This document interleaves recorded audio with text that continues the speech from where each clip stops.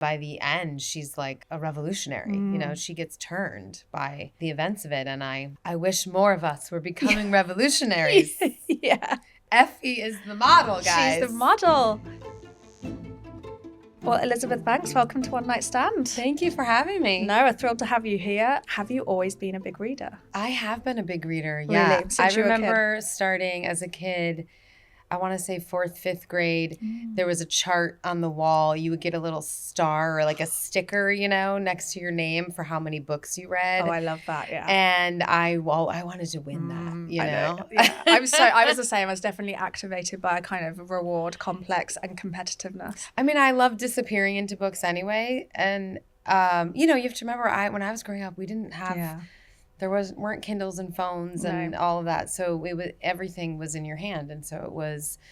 I did a lot. I played a lot of games and a lot of board games, and I did a lot of puzzles, and I read a lot, and so I've carried that through to my adulthood. Yeah.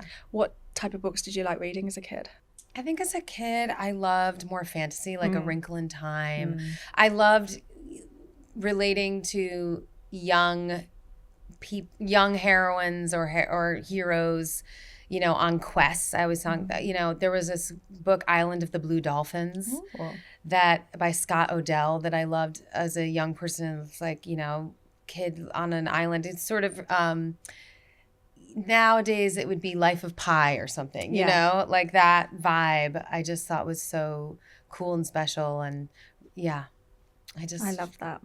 I was always into more like boarding school. Like I don't know why, like these, like I suppose like Harry Potter in a way, but those types of stories. But yeah, the fantasy ones were great. Well, I also read the ones we weren't really allowed to read, like Flowers in the Attic, the V.C. Andrews series. I remember being like scandalized by V.C. Andrews, but loving it. Did you used to go to the library to pick stuff up, or would you get like... We did go to the library, yes, the Berkshire Athenaeum, as it was called in my town, up in Massachusetts.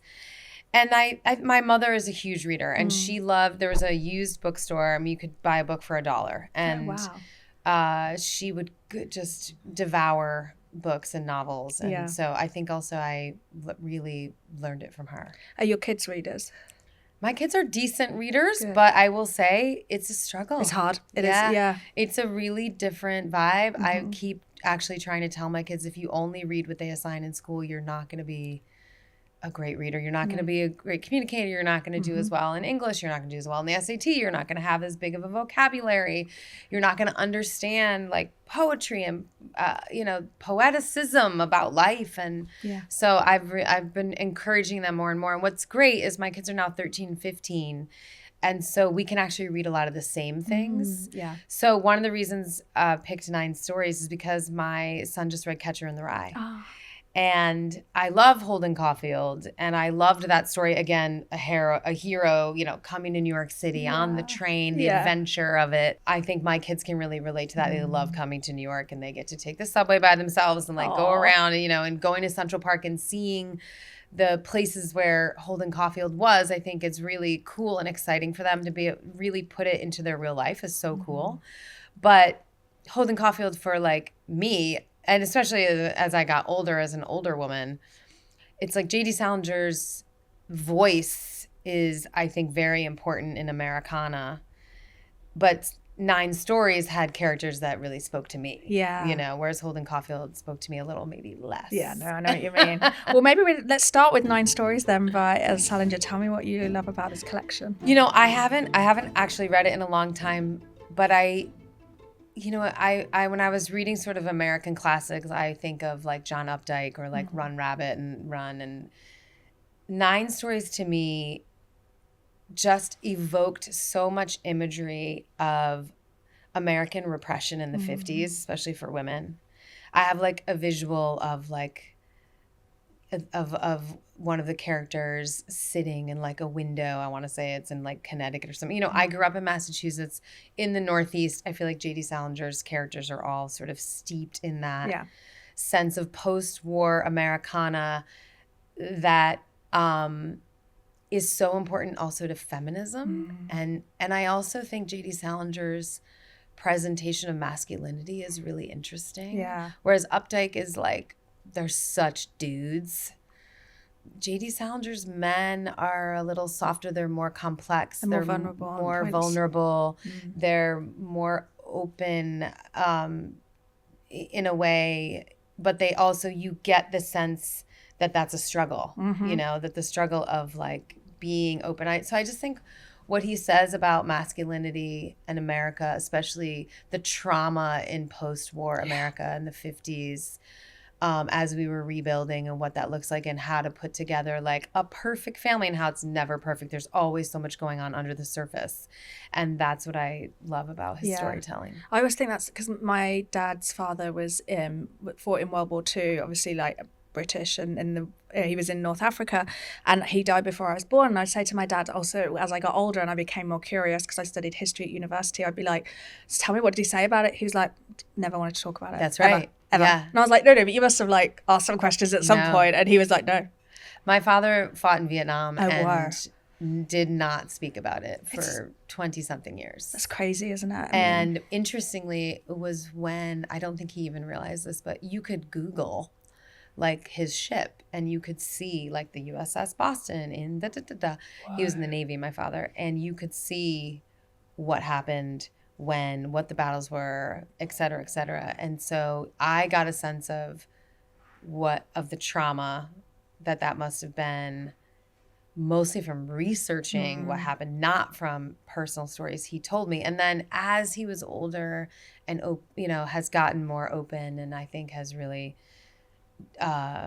come more to terms with it. I think it just was something he didn't want it to infect our very young lives when we were kids. And I think it was something he struggled with, you know, for a long time. That's one of the themes I thought when I was reading many of these stories in 9 Stories, is that the way that children are kind of this anchor to this like before world for these men who have been like broken a little bit. And especially in A Perfect Day for Banana Fish, that relationship with the little girl. The girl. I know. I think also what's interesting is when you're a young reader and you start to read about these parents, these adults, it opens your eyes to the fact that adults don't know everything, that they're super, right? It's like we put our parents on pedestals.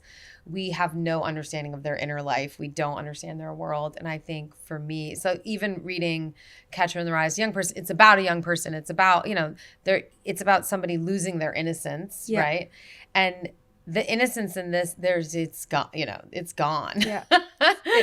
These people are dealing with stuff. And I think, and they're still having to parent and they're still having, I don't know, there's just something, it's that repression of feeling that I find very moving as people are, the stoicism of it. Yeah. Very moving. I loved the first episode of The Miniature Wife, because I feel like now we're in this moment where we all talk about our feelings a lot more, but you also see in that first episode, in the first few scenes, like how actually people have almost learnt the language of therapy as a kind of defense to be like, well, I'm doing this now. I'm you know, I'm considering my feelings and I'm processing. And it's like, no, you just erected a whole nother set of barriers around yourself. Totally. I like to say like these are 2 characters who are avoiding their problems by doing all the like textbook things you do to quote work through your problems, but it's just another level of avoidance. That's exactly it. And the characters in The Miniature Wife, this married couple, longtime married couple, clearly it's not working for them, and you know they've gone from a partnership into a competition. And, you know, I think we all can relate to like keeping that tally. If you're married, there's always the like, well, I did this and you did this and I'm doing drop off and you're doing dishes and I'm doing mine and I work and you're like, you can't be in a competition. No. Like it's got to be a partnership if it's meant to be healthy. And this couple has clearly fallen out of partnership. And I mean, they're both narcissists and they're both very problematic, but the real thing that's going on is they're just avoiding having any real conversation about what is happening to them, and the crisis of being shrunk is the thing that actually, because that becomes so immediately you have to deal with it, it has to be dealt with, the circumstances, you cannot avoid it. No. It's life or death all of a sudden. And so that crisis actually brings out first all of their worst qualities, but then all of their best qualities. Yeah. And so I'm excited for people to be seeing that. Yeah. I read the short story that it's based on, and it's so fun and trippy and weird. But also all from the man's perspective, the husband's perspective. So everything, all of Lindy's sort of life and backstory and all of that was sort of created by the showrunners, Jennifer Ames and Steve Turner, who did an amazing job. And it was a great collaboration to sort of figure out who these people are. But I also love the tone. The tone is, it takes an absurdist look at very real feelings that people have of being made, to feel small in a relationship. I think we all have been in a power dynamic, whether it's in a loving relationship or at work or with a boss or with a parent. The other thing that's going on, I think 9 Stories speaks to this too, is like parenting. You really shouldn't, you can't visit your traumas on your kids, right? Yeah. I play a woman who wrote an incredible Pulitzer Prize winning novel about her childhood with a icy mother who was very hard, hard to feel validated by, hard to feel loved by.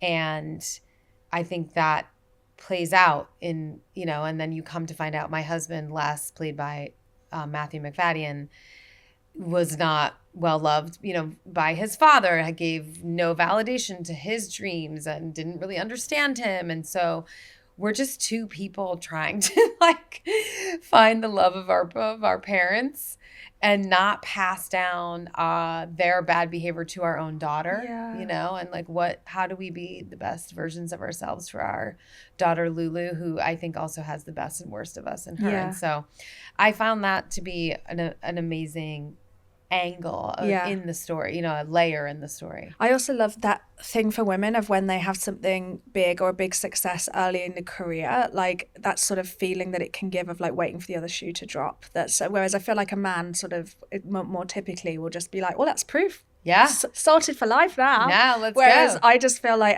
every other woman I know would be like, well, I must have got lucky that one time. I got lucky. That insecurity creeps in. Yeah. I also think when you have a big success, I remember when I directed Pitch Perfect 2 and it opened to this biggest opening of a musical and this and that and the whole thing. And I thought, well, I'll never do anything that big again. That won't, and that can paralyze you. Right. Or you can just be like, keep going. Yeah. I'm happy to have it. And it's maybe I won't do anything else, but do I still have something to say? I also think motherhood for women, there's parenting, and I really try to talk about parenting because I think it's really important not to distinguish so that we can create a more equal society. Yeah. But motherhood there's real pressure in motherhood and in sacrifice. Yeah. Nobody can blame you if your child isn't doing well, right? That you don't take on your children's, I don't know, you just want to, I think she gets a little lost and in this notion of well, I had a job, but now my job is taking care of my child. And that's a really big job. And I have to be really good at it. And so what is the balancing act? And I think it allows her to sort of put aside something that she's, again, scared of. Yeah. Yeah, totally. She's just fearful of failure. Yeah. And it's also hard mothers and daughters. It is. Hard. It's hard. I'm one of 3 girls, and we all... Yeah, the dynamics between mother and father, it's different. Totally. I'm one of 3 girls too. Oh, are you? Totally where are you in the order? I'm the oldest. Okay. And I have a baby brother, prince of the family. Oh, interesting. Yeah. Do you identify as an eldest daughter? 100%. Oh, yes. really? All of the tropes are true. Amazing. I sort of share it. I have an Irish twin and my younger sister Sarah, and so I think we sort of co-do it.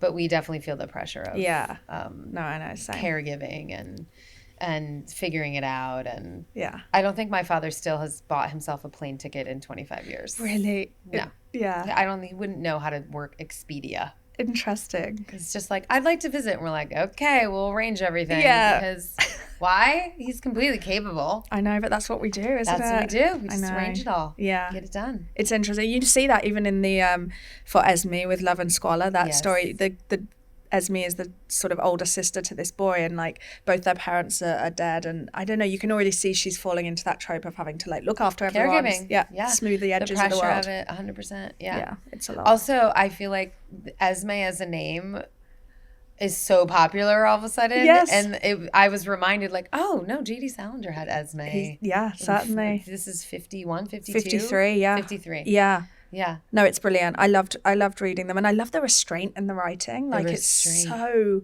it like punches you in the gut. This is what I mean by stoicism. I think that's the other word I was looking for, but yeah, it's restraint in that sense of there was so much collective trauma, and I think we're all dealing with it right now. So much. I mean, I like to remind people like 1 million people died in COVID. Yeah, fuck yeah.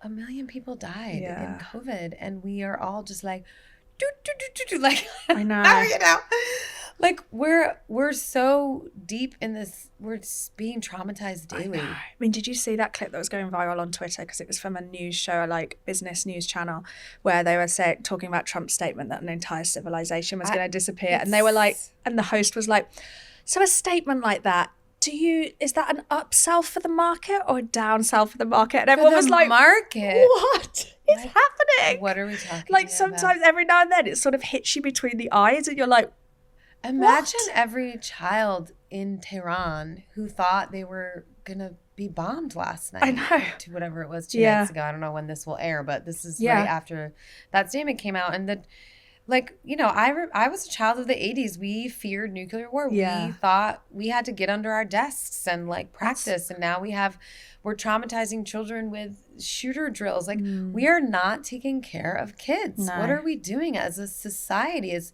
humanity is just, our obligation to the next generation just feels like it has fallen by the wayside. I know. I don't understand what we're doing to young people. And simultaneously, I feel like parenting is so hard. I don't have kids, but I'm 37, so loads of my friends do, and both my sisters do.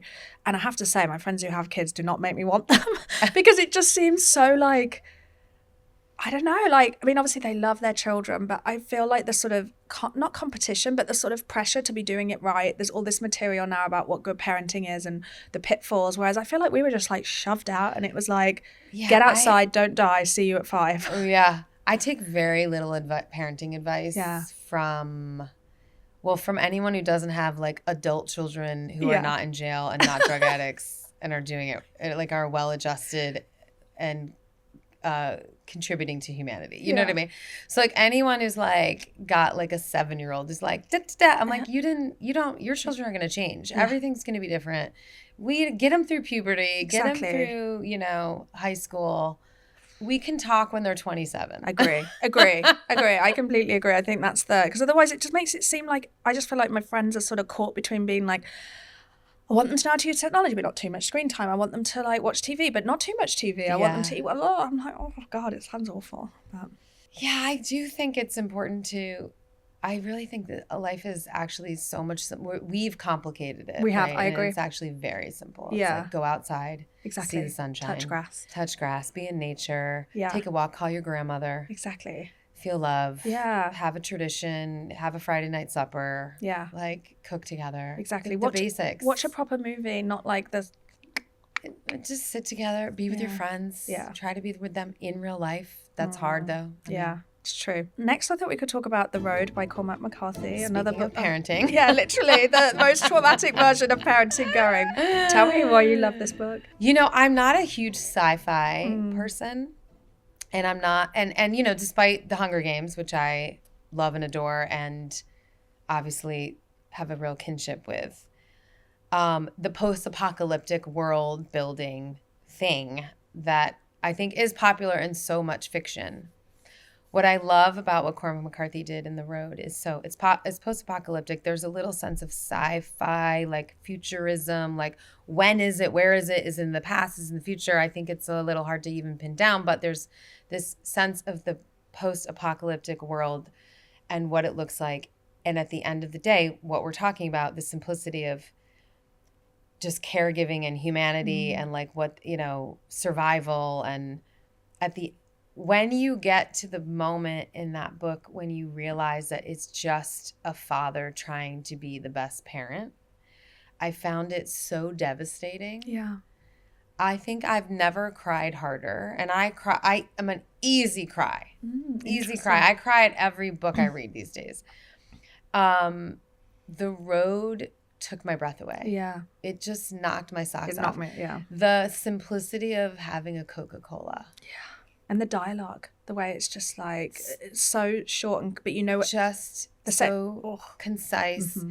And this also the sense of, again, there's a huge trauma happening.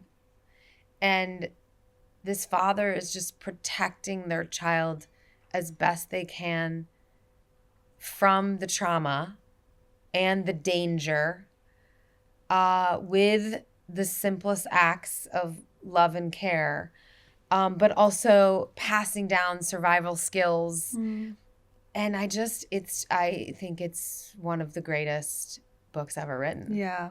It's also the child is really caring for the adult in the sense of like with his moral kind of character, in the sense of like you really feel that the kid is sort of reminding the father of like the before and like the before. And also I say this when, you were just bringing up parenting, and I think that the young people are the only thing giving me any sense of hope. Yeah. That they'll go on and they'll hopefully figure out climate change and income inequality. And, I don't know. They're seeing it so full on, like what works and what doesn't work, and what they're native to the online world, AI, shooter drills. Like they don't remember the world before these things. They don't know what it used to be like. And so I guess they're just building a whole new version of this. And, I think the Artemis 2 mission has also been very moving to me in the past week. And I think is sort of the best of humanity and science and caregiving, and just these people that are like out in the world looking at humanity from this whole other vantage point. And it's just reminds me of, that feels like that's the feeling of what's happening in that book, despite all the danger surrounding them all the time in that book, because it's the worst of humanity and the best of humanity all in one story. So true. And what are you going to decide to do? I know. Who are you going to decide to be? Yeah. When the shit hits the fan, who are you? Yeah. And what are you passing on? Yeah. And that's why I just think there's actually so much hope in the book. I agree with that. Yeah, I think there's so much hope and so much sort of belief that it's kind of worth keeping going. Yes. Yeah. And that there are caregivers out there. He has to get his child back. Yeah. He wrote the book in 6 weeks, which I think is sort of crazy. Do you ever create like that when you're working on creative projects? Do you ever like go through really intense bursts? Yes. Do you? Interesting. I find actually it's the only way that I work because, yes and no. I love a deadline. Yeah, me too. I need the pressure of the deadline.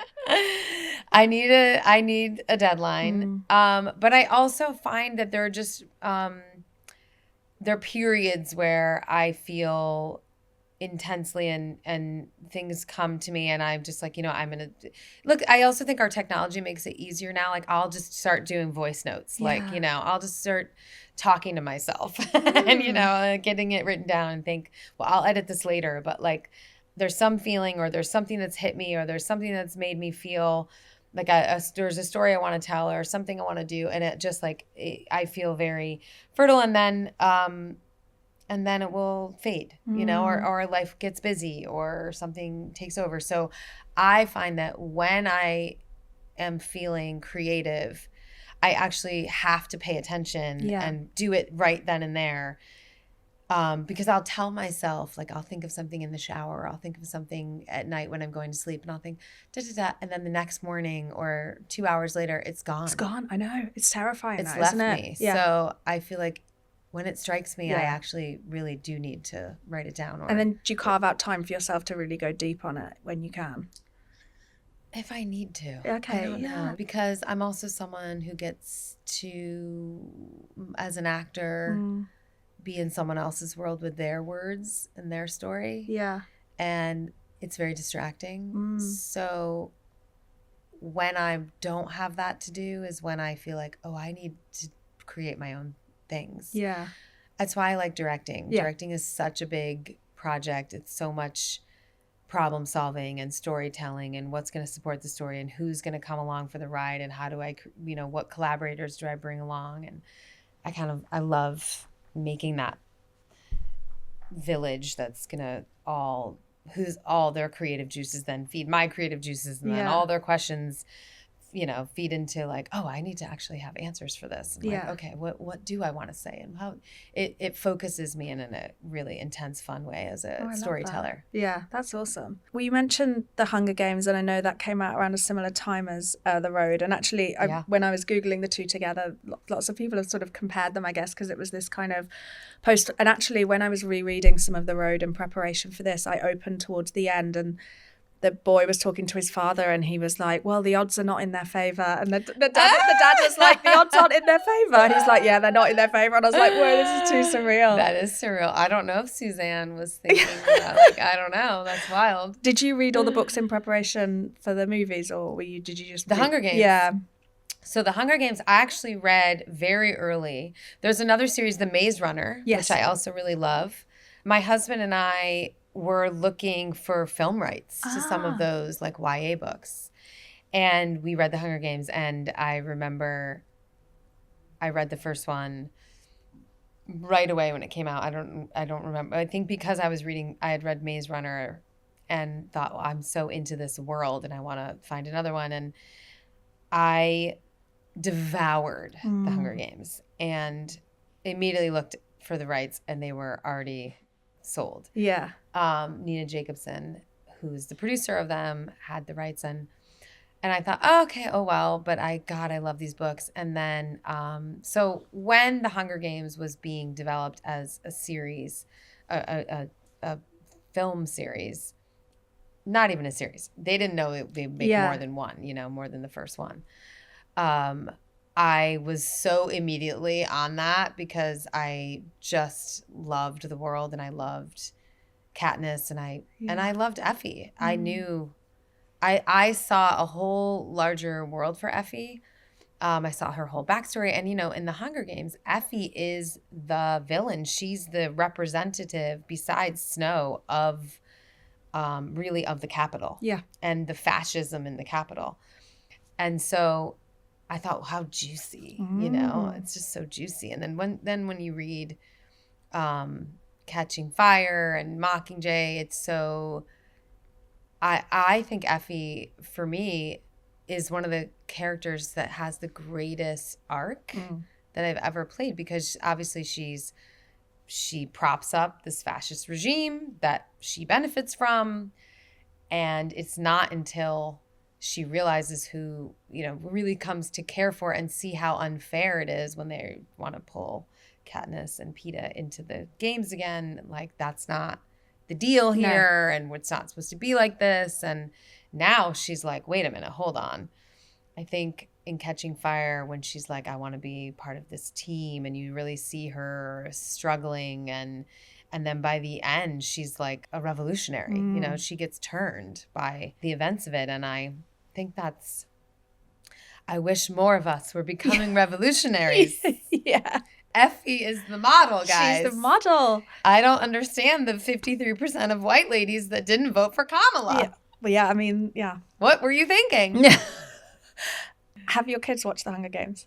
Yeah, they have. And did they like it? They do. Oh, they loved it. That's so fun. I know. Yeah, that's such a treat. I mean, not that they'll really tell me, but they like that. They really like them. Yeah. Is it weird having someone else step into those shoes now with Elle Fanning and the thing? Or does it feel exciting? No, it's not weird at all. I mean, I think if you're gonna tell their story young, it makes perfect sense. And I think she's perfect. And what's great is the fans, I think, really helped. They wanted her. And she really is I think she's so delightful. And she has the exact energy. And what's great is, again, I think she'll play that wide-eyed idealism of like being taken along by snow and the ride and like how like I'm really interested to see how that all plays out because she was a true believer. Yeah. Were there any, so you said you imagined the whole backstory for Effie and everything. Was there anything that you weren't able to do in the movies that you wanted to? Well, honestly, in the movies, we got to do so much more. Yeah. Because Effie's barely in Mockingjay. Totally. And what was so special is I was getting the call from the producers to say, fans love her and we really love what you've been doing with her and we want her to have more to do in Mockingjay in the films. And so it's very gratifying when you can like really bring something to a character that then people relate to and want to see more of, and it was really exciting. Love that. Did you keep anything crazy from the wardrobe of that set? I do have a couple it was a lot of what Trish Somerville did in the second half of the series, especially in Catching Fires. It was all Alexander McQueen and the butterfly dress and so much of the costuming there. And so I have some Alexander McQueen's shoes. I mean, the butterfly dress is like in the Met Museum. Wow, it's like that's crazy. So crazy. Yeah, but that's amazing. And I bet there must have been some fun props on the miniature wife as well, with everything being so funny sized. Well, the miniature wife, my husband likes to say I was the least mentally prepared for that job than any other job because I really didn't understand it being 6 inches tall, how much I was going to be on a green screen and separated and isolated from Matthew and the rest of the characters in the series. And what's interesting is, look, the characters in the show are this married couple who have really, they're very isolated from each other. They're not in a partnership. They're kind of drifting apart. They're holding on by a thread when you first meet them. They're really headed for divorce. And shrinking, the isolation that is in the series, but also physically for me, I was so isolated on a green screen. And it was the most vulnerable I've ever felt as an actor because you're in a huge room, all green, alone, having to imagine, which is, by the way, the job of actors is imagining the circumstances and how you would react to them. But like imagining the whole world. My husband being there. No one's there. I'm looking at a tennis ball 150 feet away from me on a camera that is literally across a stage, imagining the entire world, the carpet I'm standing on, the walls next to me, the table, the dollhouse, whatever, because I'm on a green screen. I am not surrounded by any reality. And then there's a cat or there's a bird or there's, these things I'm supposed to be interacting with. So when the prop department could give me actual things to use, it was such a huge relief and help. Yeah. Because suddenly the things that I was having to imagine actually became much more real for me. So it was so helpful. So they made everything from a 30-foot tall toilet plunger. Oh my God. Wild. They made toothpaste. They made an entire thing of floss that then I use as rope, and that they brought in that, was totally real. That literally, how floss, like wax floss, like the wax like flakes off, like it flakes off all over me. I mean, they really made it real. They made a Chanel lipstick that was fabulous. They made a giant, my favorite, actually, the cruise favorite was they made me a giant, a Fiji water bottle that we could all stand inside of. So it looks like we're like inside a water bottle, which is really fun to play around with. The coffee mug, I'm sitting in a giant coffee mug and holding a miniature version of the same exact coffee mug, and he carries me around in it. And so to actually be able to sit in the mug was really fun and special. You do a lot of like quite physical kind of comedy and reactions and stuff. That must have been so hard. Physical. I was on wires half the time and so much stunt work because everything is big and dangerous. I'm standing on a table, and when the 6-inch tall person looks over the table, it's it's a 50-foot drop equivalent, And so it was really physically demanding and wild. You mentioned Matthew, and as we're talking about books, have you watched his Pride and Prejudice, where he plays Mr. Darcy? Of course. He's my Mr. Darcy. He's my Mr. Darcy too. And I've watched them all. Yeah. I watched the TV show. Colin Firth. Loved, and I love Colin Firth. Yeah. I'm excited for the new one that they're making. Me too. With Jack. I think that's going to be incredible. Matthew told me, this is telling a total tale that is not my story to tell, but I thought it was so sweet. He and Colin wrote to Jack to say, like, welcome to the party. You're the new version. So sweet. That's so sweet. They're such gentlemen. Yeah, I mean, you know, it's just so romantic and gorgeous. Isn't it? Yeah. It's so good. And I think now it's sort of, because we've seen like Matthew play these other types of characters that are so different, it almost makes the sort of Mr. Darcy of it all feel even more unusual. Like, I don't know, I just think it's such a fun movie. It's one of my like favorite rewatches. Oh, I've never turn it. If you're flipping around and it happens to be on, of course you're watching it nonstop. And I devour it on social media too. Like, exactly. It comes across my feed. The hand touch as he puts her into the carriage. Goodness, I know. So good. All right, well, we have 2 more books to talk about. Okay. Let's go for The Underground Railroad, which, another incredible book. Absolutely incredible. I think it should be required reading. Yeah, I agree. I didn't know what I was getting into when I started it. And what's fascinating is the Underground Railroad, which obviously was a real thing, and Harriet Tubman, and like, I found that the Underground Railroad as a literary device that pulls you through the timeline of slavery and Jim Crow and just everything that's happened to African Americans in our culture, and then just the different stories that were being told and all of the trauma. Yeah. And it's so relatable, but then there's this sort of fantastical, magical realism that gives the whole notion of it, like, the resilience of the people that come through and their humanity and their dignity and all of it is just so beautifully woven together by this literary device. And it's just magical. And you're learning so much. It's fictionalized, but also there's so obviously so much reality in what he's talking about. And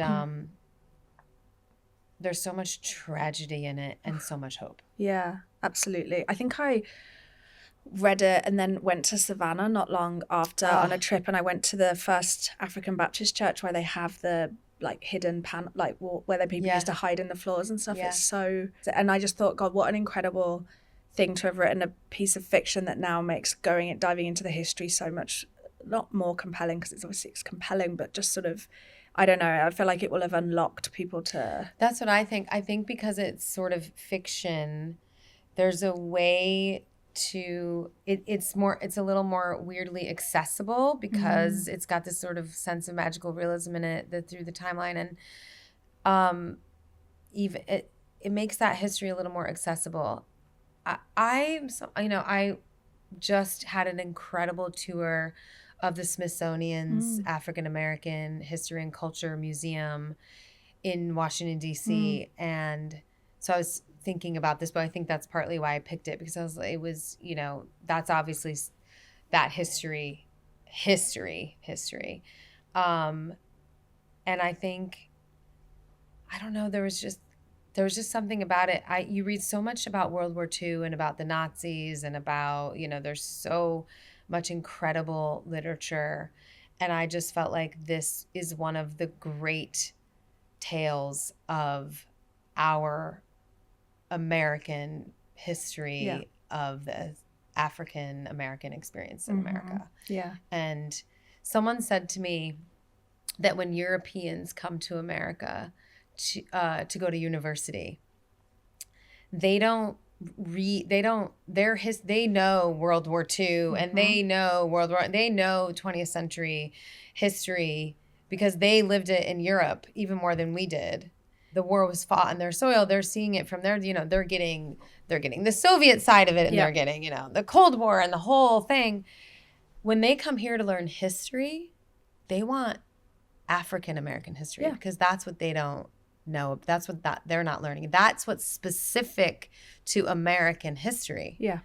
And so any notion that we would sanitize it or whitewash it or not teach it, which is a trend in education right now, especially in red states, is mind-blowing to me. Yeah. Like, we need to understand this. Absolutely. And what's so great about what Colson Whitehead did was, like, there's so much feeling in it, and it's so relatable, and these characters are so heroic, and what they're going, it's just, and it's a story of resilience and survival, and it's the American experience. It is. I completely going agree. To the West and like going to the city and like what, just like, I just found everything about it inspiring. It's incredible. And you're so right about the like history that we have the same issue in the UK but with empire, where like I think about some of the stuff we learnt when we were younger, and I'm like colonialism. Because obviously when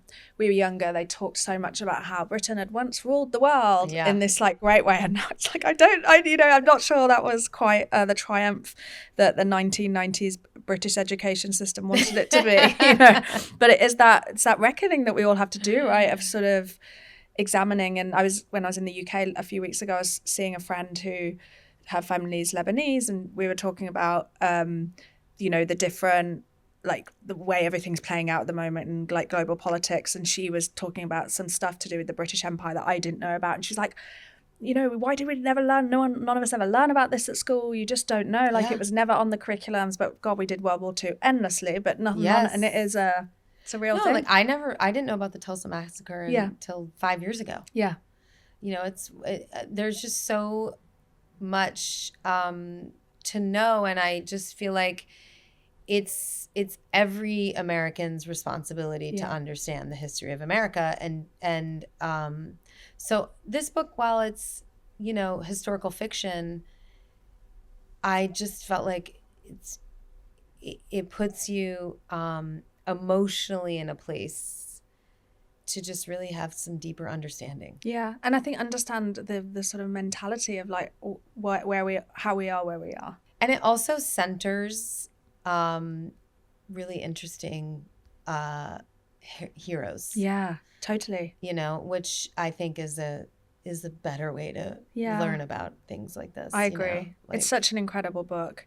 I haven't actually seen the adaptation. I need to like carve out time to watch it. Same. Yeah. I think because I was so enamored with the book, and I don't know, I'm always afraid it's not going to live. I feel exactly the same. That's why whenever there's a quick adaptation after something, I always get a bit nervous. That being said, it's Barry Jenkins. Barry Jenkins, yeah. So it's going to be amazing. It's going to be amazing. I don't know. I haven't found time to give it to it. But no, I love it so much, and I think the Cora Mabel like mother relationship in it is so good as well. It's incredible. Yeah. Well, your final book is The Red Tent by Anita Diamant. Tell me about your love of this book. So I grew up Catholic, and now I have a Jewish home. So I'm somebody who religion has always been in my life. I find it to be an incredible connector across all of humanity. We obviously need rituals. Yeah. We obviously need a sense of community, and I think as I was deciding with my husband to raise children and create a family, I find that organized religion is an incredible tool for families and to create sort of, traditions and things that, like you want. And also to talk about the big questions of life and why are we here and who are we and what is death and all of it. So, but for me, Christianity, big religion, as a woman, as a feminist, whose mother, came through the 70s and was very Catholic, went all the way through Catholic school her whole life. And I think at some point was like, reading this book was one of the few times that I have seen women centered in religion in the sense of like, well, what would the story be of these women from the Bible be? Like, what were their lives? And, I also studied Latin for 6 years. And when you study Latin, you read all the classics. Yeah. But you also, you study that time period when we were deciding that Christianity was going to replace, monotheism was going to replace polytheism. And why? And when you study that, it's not because they really loved Jesus. It was about power and control and money and, politics. And, Pontius Pilate and what was happening and the crucifixion. We just came through Easter season. And so I'm somebody who has always approached religion from a more practical, pragmatic, like I love that I can go into a church anywhere in the world and I understand what the ritual is of the Mass. I love that connection to other Christians. And I love now when I have Seder dinner that I'm connected and my children are connected to a 5,000-year history of Judaism. I think that's incredible as humans to feel our connections to our ancestors through these rituals, repeated rituals. But I also think it's really important to look at the Bible and understand it was translated hundreds of times by different people with different agendas and because when I read, the Aeneid in Latin, and then you see the different English and you read all the different ways it was translated and all the different, and this word was this, but then this word was this, and you start to go like, there's always filters and agendas. And so for me, what Anita did with the Red Tent, and I have spoken to her personally about it, I was able to talk to her about this book, was she just so powerfully brought to mind a potential backstory of like what women's lives were in this time period, in this, I don't know, there was just a way for me to see myself in religion. And I'd never really felt that. And also just the caregiving of these women for each other, the community, the sense of community in the Red Tent, and also the absolute fear that men have of women, menstruating women, and like motherhood and mothers. And like, I just loved everything. Every theme of that book, like was fire for me. I just agree. Felt like, wow, it's so powerful what she did. She basically said like, I see what you were doing, but like now I'm going to imagine something for the women. Yeah, and it is that community that's so striking, the relationship between the wives and the children and the like shared mother and the sort of... And it takes a village. It really does, and the way that their brothers and fathers betray them and they find that, it's incredible. It's incredible. Growing up Catholic, part of the reason why Catholicism didn't really stick for me, I suppose, is how I'd say it, was I never saw myself in it. There are no women in leadership in Catholicism. And I think Pope Leo's real cool. Yeah. But, I also was like, you have to talk through all these different layers of men to speak to God. Like, what does that tell a young girl? Yeah. There were altar boys. There was no place for girls. No. Sister Mary Jo was like married to Jesus. Like she didn't have any version of my life that I could see having. And then of course there's all the shame and so much shame for women and girls and so much repression and I just didn't feel it spoke to my lived reality. And the person that I was, and I felt like I'm a good person. Yeah. And you're telling me like, ooh, my carnal thoughts when I have all of these hormones rushing through my body are like bad or shameful.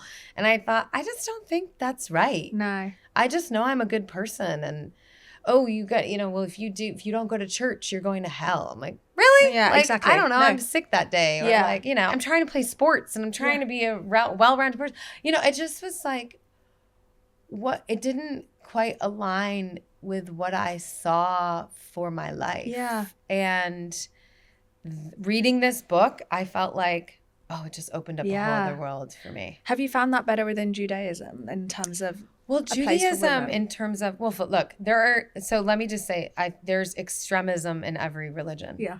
So, and there's power there's power structures in every religion, and women lose in most of them. Yeah. You know, it's a struggle. So I have found that I take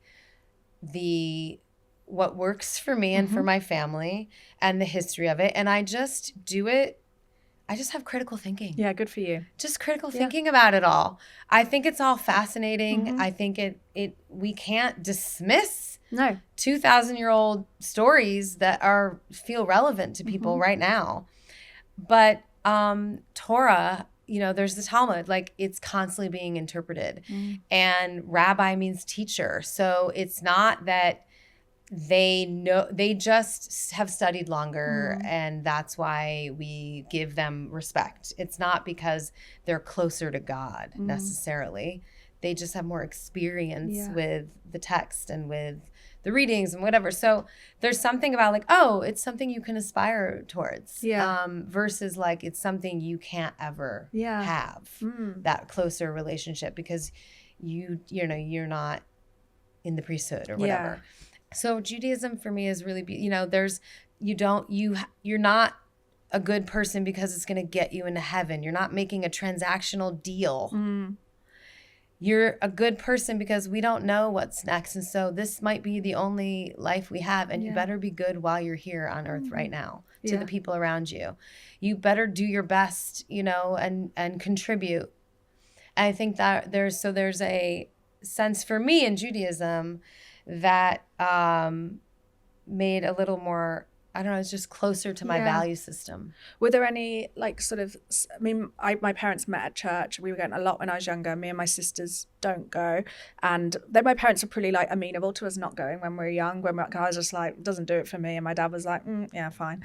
But were your parents receptive to you saying, I don't think Catholicism is for me, or was it sensitive? I had a conversation about being confirmed with my mom, who said, well, you just don't know what your future holds, and you know what, you might meet someone and want to get married in the church, and it'd be better if you're confirmed. And I think it's so funny and ironic that then I met a Jew and married a Jew and was married by a rabbi. You know, I remember thinking, my mother was confirmed. She wants it for me. It connects me to her. And in the same way now that when my sons had their bar mitzvahs, I knew it connected them to their father and their grandfather and their great-grandfather. And it keeps a line of, it's something that we shared. So I share it with my mother and my aunts and my grandmother in being confirmed in the Catholic Church. And so I took pride in it in that regard. You know, it wasn't, the words doing it was, I didn't mean it. Do you know what I mean? Like, but I also did in a way. So I think, again, that's, you know, it's like, I don't think I needed to be saved as a baby. No. I don't think I've been saved. I don't understand what that means. I think Jesus was a rad motherfucker. Like, what a dude. Like, yes. Whatever he was doing, I'm down. What a guy, you know? But then his story was told by like 4 dudes like a few hundred years later. Like, what? We don't know. No. Come on. Were these really his words? Like, what was really going on, you know? So I love it as a history.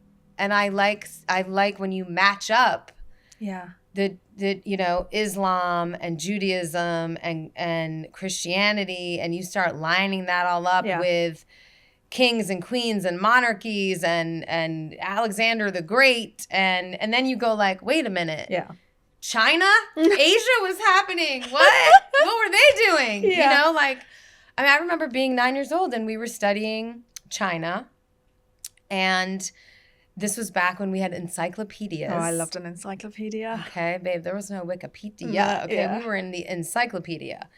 And when you open the encyclopedia and you go to the chapter on China, the very top just gives you like the landmass and, you know, the major religions and the boop-a-doo, and like it gives you just sort of like some high points, and then you get into like the history and the dynasties and all of that. And you look at their history, and I was like, whoa, this is way longer than 2,000 years. And then there were not a lot of Catholics. Mm-hmm. And there were going to be 1 billion people. And I went to my mother and I said, Mom, you're telling me that, are you telling me that there are no Chinese people in heaven because they have not accepted Jesus as their savior? Are you telling me there's just none of these Chinese people get to go to heaven? That doesn't make any sense to me. Wow. That was me critically thinking as a 9-year-old. Like, I was already like, this seems way sus. Yeah, and your mom was probably with her friends later like, oh my God, she's been grilling me. Oh, no. Uh-oh. But it's fun. I love kids like that. What am I supposed to say? Yeah, but you know? Good questions. Good questions, man. Start questioning it. Yeah. Just have a little... Look, have faith. Yes. But have it in your fellow humans. Have it in compassion. Have faith in the goodness of people. Have faith in community. I mean, I truly, if I have a religion, it's civic. I have a civic religion. I remember being in Yankee Stadium for after 9/11 and having a moment of silence. I could cry thinking about it right now. You could hear a pin drop in that stadium. And to me, a baseball stadium in a moment like that is church. That's church. That's the temple. Where no matter who you are, we were Americans together. We have a constitution which says we're created equal, which says we should have we have rights. We are one. That means more to me than the Bible. Yeah, I love that. Yeah. Well, last question, just because the Red Tent is so much about female communities, I was curious, who are your, like, within your industry and within Hollywood, do you have a gang of gals that are like your community? I love my lady friends so much, and I'm so... held together by them. I think the Red Tent was also really, it was like, build your village, you know. Yes. I love to say, like, I'm an auntie to so many kids that I'm not related to. I'm also an auntie to my actual niece and nephews, of course, but I really take pride in being an auntie to my best friend's children. And they hold me together through so much because you know, we can't do it by ourselves. No. And honestly, they're my reading friends. Oh, so fun. This is fun to me, you know, talking about what's in my... So much of these we read together. You know, we were just talking about all the books we're reading right now. And I took a group of my women friends on a retreat around my birthday. I've been trying to make it more of a tradition. We're going away with my girlfriends. And...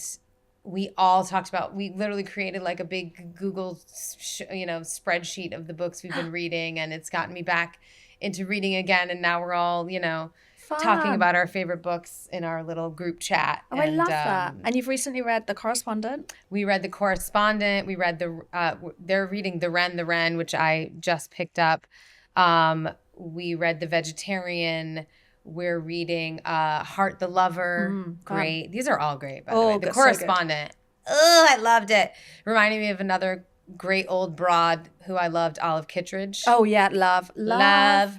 So I'm very much enjoying my bookshelf right now. Good. Yeah. And girl gangs and bookshelves, best things in life. Yeah. Well, thank you so much, Elizabeth. This was wonderful, and I loved reading all your books, and thank you for doing this. Thank you.